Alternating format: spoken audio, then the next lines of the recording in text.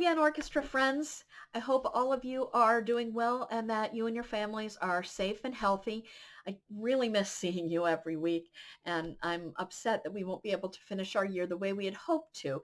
But I'm excited today that I'm able to bring you one of my favorite songs to teach to beginning string players, one of the first pieces of real music that we're going to be able to play. And this one is Beethoven's Ode to Joy. So just like we have said in the past few lessons, if you don't have your instrument, that's okay. Go ahead and try to find something as close to the shape and size of your instrument as you can. You see, if you want to find something kind of longish to use for a bow, maybe like a paper towel roll, you could use that. And again, for something you can do the fingerings on your hand, on your arm, or you can get something kind of longish to feel your way around on. But if you don't have an instrument, you can still get most of the benefits from it by doing the fingerings and bowing along with us. And if your instrument is there, but it's out of tune, that's okay too. I know it's not ideal and it doesn't sound particularly good, but you're doing all the things that your muscles need to do to learn how to play. And then once you're able to play with your instrument in tune again, it will be much easier. So we're just all doing the best we can, and don't get too worried about those details, but just try to get the big picture of what we're doing here. So this piece, like I said, is a really famous piece of music by a really famous composer.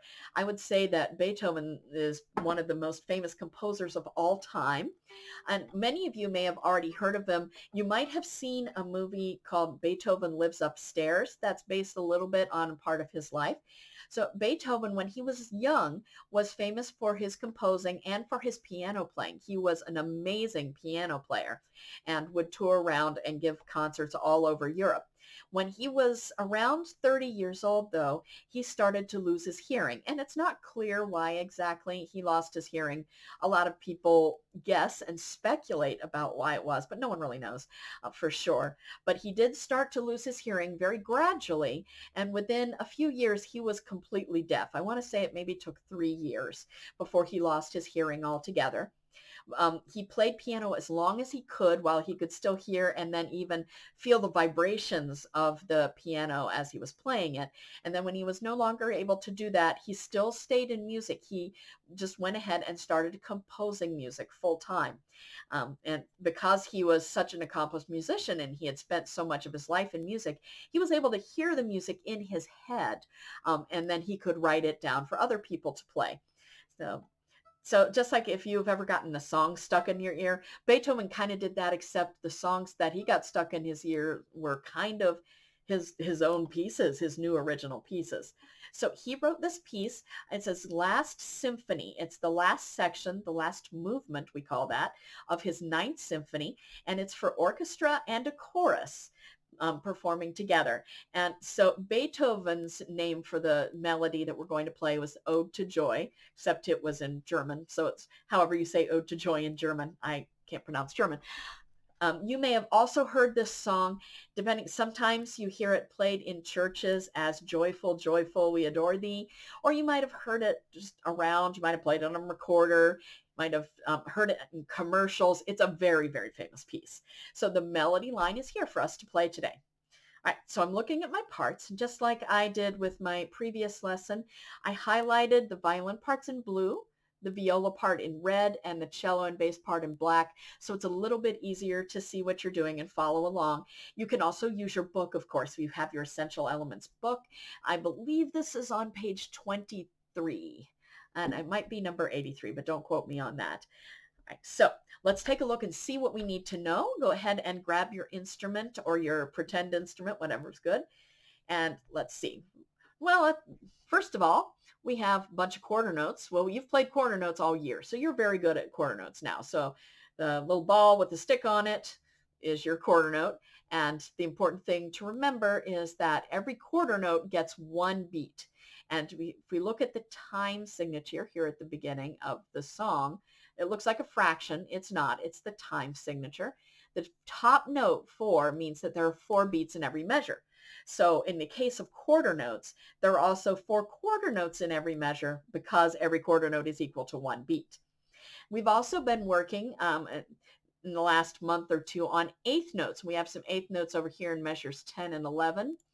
The eighth notes are connected together because they are faster. They're meant to be played two beats, or sorry, two notes for every single beat. So I know at least at Hinckley, Mr. McClintock says two sounds, one beat, and I think that's a really good way to understand eighth notes. Then we know that they are faster than quarter notes. Now, what's new for this song are these notes here, say in measure 4, that are not filled in. So those, it's not a mistake, those are half notes. And half notes are called half notes because it takes half a measure of 4/4 to play them. So in other words, every half note is worth 2 quarter notes. And for that matter, every half note, if it's worth 2 quarter notes, that means it's also worth 4 eighth notes if you're into fractions that way. So the half notes aren't difficult to play. You just have to remember to count to 2, and you need to remember that you'll need to use a slower bow and more bow than you would if you were doing just regular quarter notes.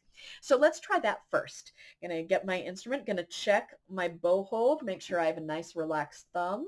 My thumb is sitting right where the frog and the stick meet. Then I drape my fingers over the frog. If you are a violin or viola, your pinky's going to be on top. If you're a cellist or a bassist, your pinky also goes over the frog a little bit. So double check, take a moment to make sure that your hand is in good position.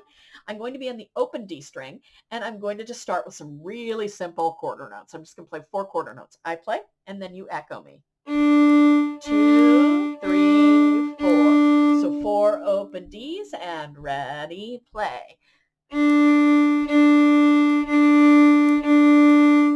All right, so hopefully you used about half of your bow or so on those quarter notes. So when I play, I'm going to play 2 half notes now, and I'm going to hold those notes for 2 full beats. So I'm going to try to use most of my bow. If I use half a bow for quarter notes, I'm going to want to use almost a whole bow for the half notes. So a half note would look like this. Watch first. Half note, half note. So most of my bow. Do it with me. Ready, half notes. 1, 2, 3, 4. So now I'm going to mix them up. I'm going to play 4 quarter notes and then 2 half notes. And I'm going to slow my bow down when I get to the half notes because otherwise I won't have enough room. So listen first. Quarter, quarter, quarter, quarter. Half note, half note. 1, 2, 3, 4. 1, 2, 3, 4. Now play it with me. Ready, go. 1, 2, 3, 4. 1, 2, 3, 4. 1, 2, 3, 4. 1, 2, 3, 4. All right, so hopefully that kind of gives you the idea of how half notes will feel. But the main thing is make sure when you get to them, you count to 2, because otherwise you'll end up rushing, and in music you don't win if you get to the end first, unfortunately. All right, so now we know the rhythm. There's nothing else that's new in this piece. So let's start breaking it down. Take a look. I'm going to do this piece in 4 measure chunks. So I'm going to pick the first 4 measures here. There we go. Oops, that is not the, I'm missing a measure. What the heck? There we go. Okay, gosh, okay. Try that again, this time with, all right, I'm making a mess. Everything is fine. All right, we're just going to select those 4 measures, I guess. Oh my gosh. You guys have no idea how many times I've argued with this program. Okay, good. Now we have the first 4 measures settled. So looking here, the very first measure, what's my first note there? Let's see, it's in my bottom space for violin, my top space for viola, and the next to the top, so like the 4th line of the staff for the cello and bass. So that makes it an F sharp. So if we know that's F sharp, we can figure out the rest. Let's say the notes together. I'm going to go ahead and have the program play it for us while we do that. 1, 2, let's say the notes. F sharp, F sharp,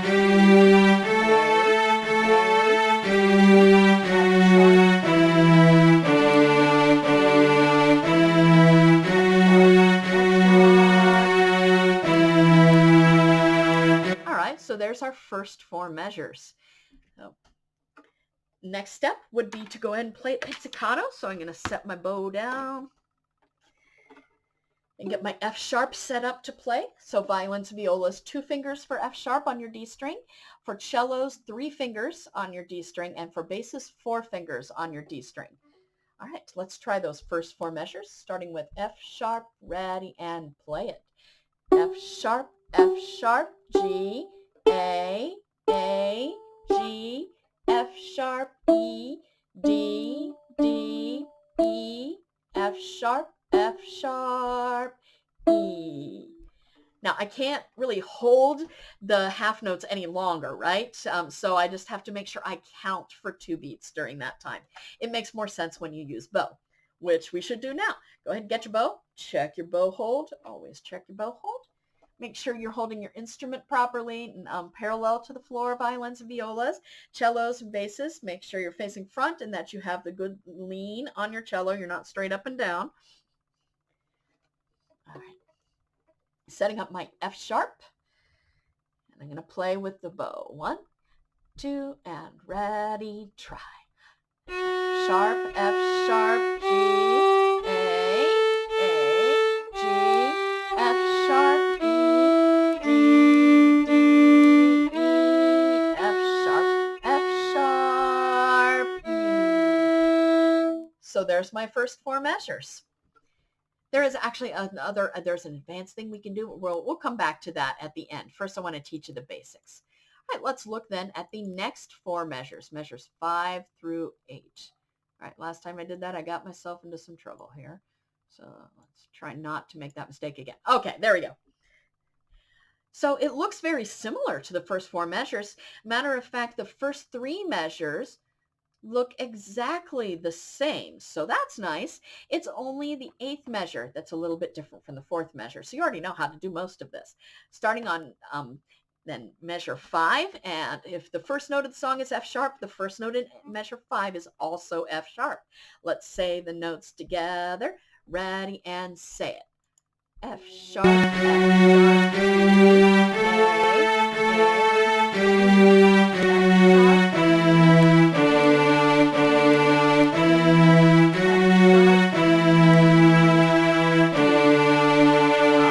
easy enough.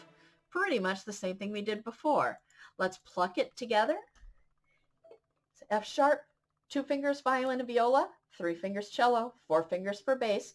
Make sure your wrist is nice and straight. Cellos and basses, you're not doing like T-Rex arms or chicken wings. Just nice and relaxed, straight line from knuckles to elbow so that your fingers are curved onto the string.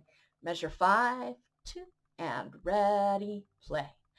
F sharp, G, A, G, F sharp, E, D, E, F sharp, E, D. All right, so that seems pretty straightforward. Let's go ahead and let's add our bows. 1, 2, add the bow. Here we go. F sharp, G, A, G, F sharp, E, D, E, F sharp, E, D. All right, so the first 8 measures are pretty straightforward. They're very similar, and you just have to remember about the half notes.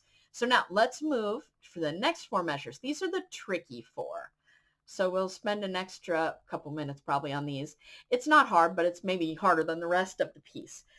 First, let's look at the notes. 1, 2, and note names. Oh, figure out what is that note. It's not F sharp this time. If F sharp is here, this note is one's part lower on the staff, so that must be an E. Right, on an E half note. All right, say the notes with me. Ready, here we go. F sharp, D, F sharp,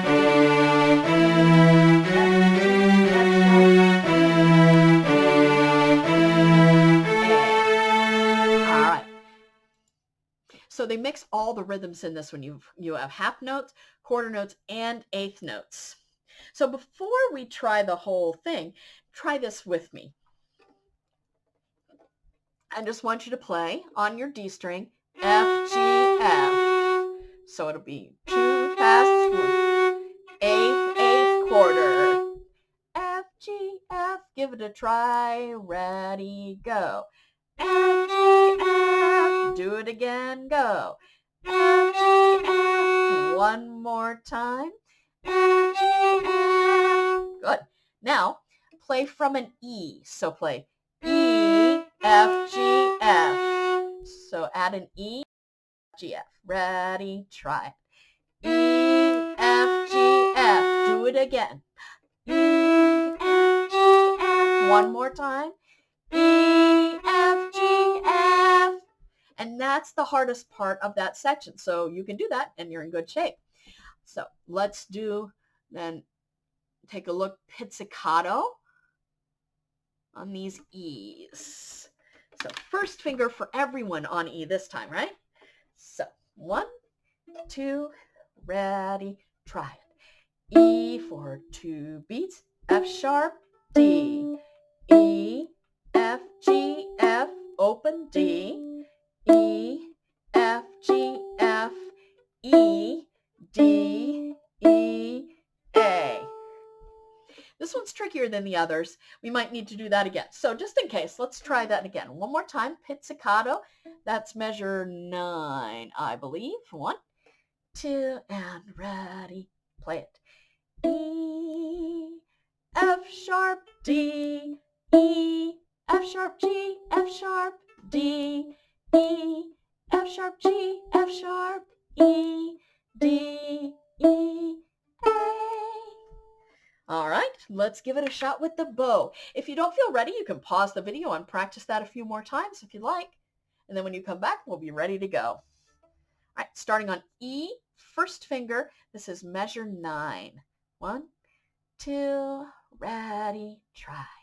E, F sharp, D, E, F, G, F, D, E, F, G, F, E, D, E, A. Now sometimes that A can be a little bit tricky to get to last for 2 full beats. See if you can see why. I'm going to play it and I'm going to do something differently that'll make it hard for me to play that last note. See if you can see what it is.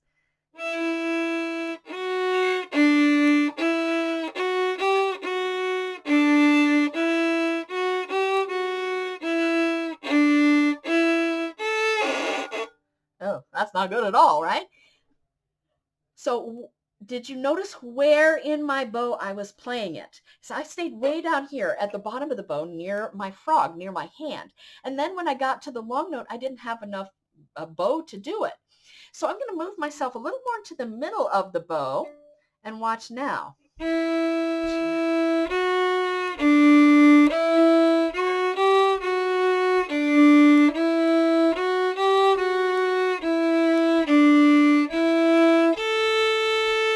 Because I was in the middle of the bow and I used more bow for most of my notes, except still small bows on the 8th notes, I was able to fit that entire A half note without it getting real crunchy on me. Try it with me now with the bow, starting on measure 9 on your first finger, E. 1, 2, ready, play. E, F sharp, D, E, F, G, F, D, E, F, G, F, E, D, E, A. And again, if you need to practice that one a few times, it is tricky. So you can pause the video here, try it a few times, and then when you're ready, go ahead and unpause and we'll look at the last 4 measures. All right, so last 4 measures. Here we go. So same process. First the note names. Ready and, oops, sorry. Ready and say it. F sharp, F sharp,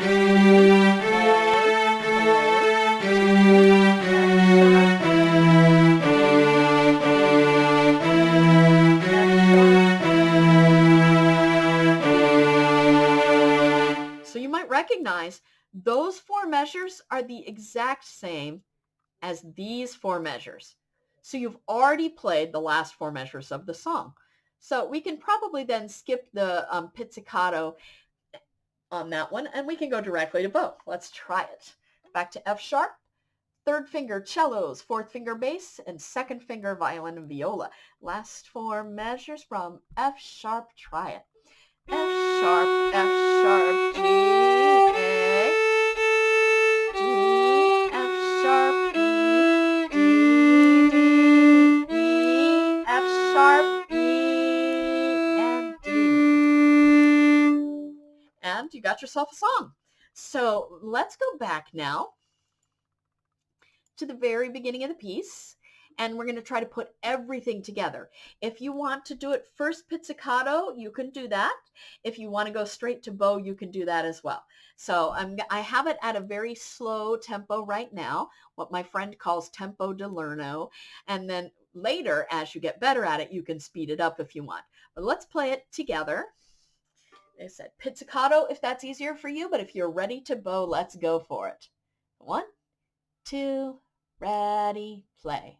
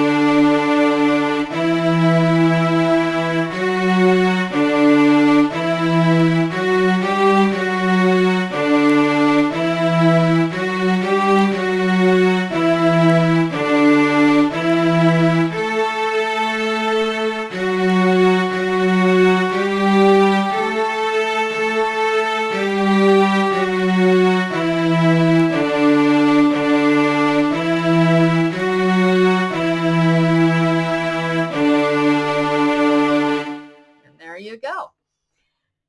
So it's a fun song to play, and it's not too difficult. You only need basically 5 notes to play it, but some of the rhythms and moving your fingers quickly can make it a little bit tricky. You can go back and do that as many times as you'd like, and then I will go ahead again and post this, or you can do it on your own.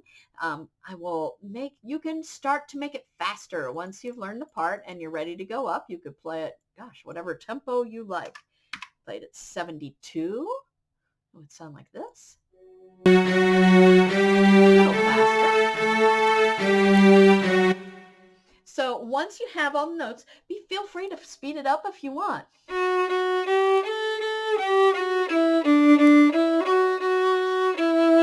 Now, some of you might have been saying, this isn't right. This isn't the rhythm of the song that I know. And if so, you're correct.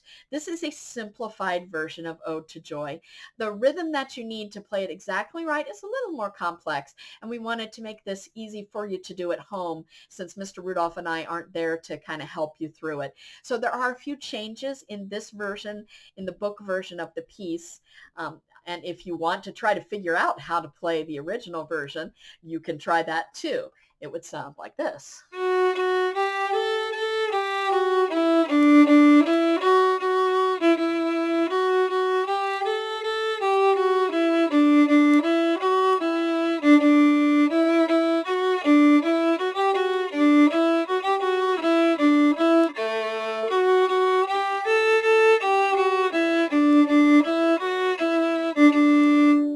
So if you want to experiment with some rhythms and see if you can get your piece to sound a little more like Beethoven's original, you are welcome to do that as well. All right, now I have one extra challenge part once you've mastered the piece. Now, cellos and basses, I'm afraid right now this doesn't apply to you. So you're welcome to stop watching here if you want, or if you just want to see what's happening, you're welcome to stick with us. Violins and violas, what if I told you that you could play this entire piece and never leave your D string? You can. If you were watching my hands carefully, you might have noticed that I actually did that a few times. So the trick is, the problem is the A's, right? Because A is a whole other string. So what do? Well, if you think about it, Violins, violas. So far, we've only used 3 of the 4 available fingers on your left hand. So if I stay on the D string, so if here's my E, F, G, if I stay on the D string, but I add my pinky, then I'll have the same note as my open A. So check it out.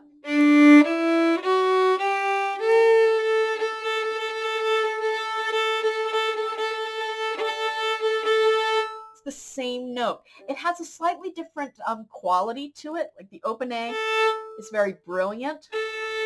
The fourth finger A is not quite as bright sounding, maybe a little more mellow, but it's a really convenient substitute, especially if it's the only reason you need to change strings.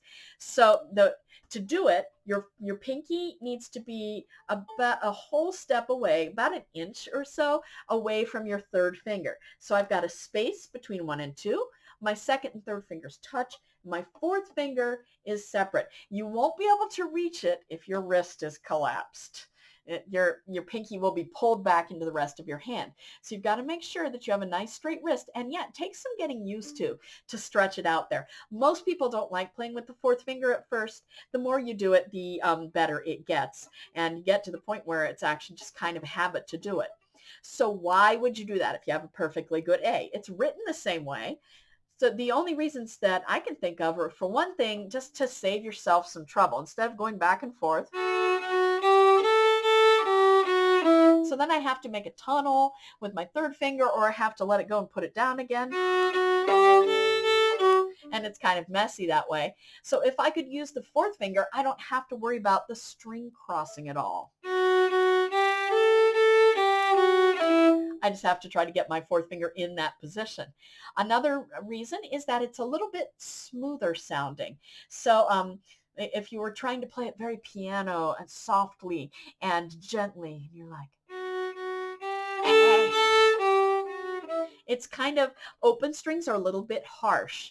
So if you don't want it to stick out that much, if you use your fourth finger instead, it might blend a little bit better. The last reason is speed. If I want to play, let's a simple little passage here. It's not going to sound simple, but I'm just going to go D, E, F, G, A, and then back down. G, F, E, D. Now, if I use my open A,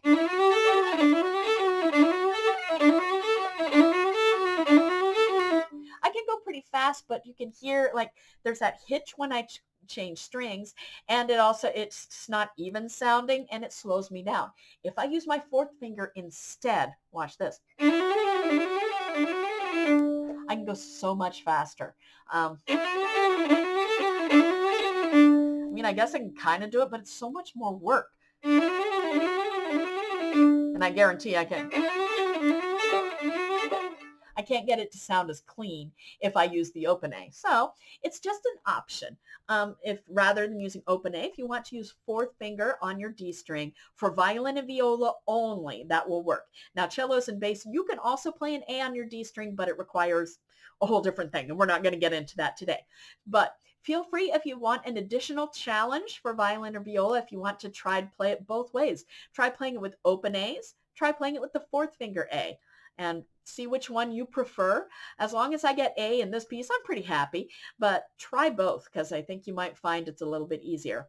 If you have any questions, please feel free to put a comment here on this assignment, or you can email me, and hopefully you have some fun with this, and we will see you next week for the big moment. We're going to start working on Can Can. Have a great day, guys. Thanks.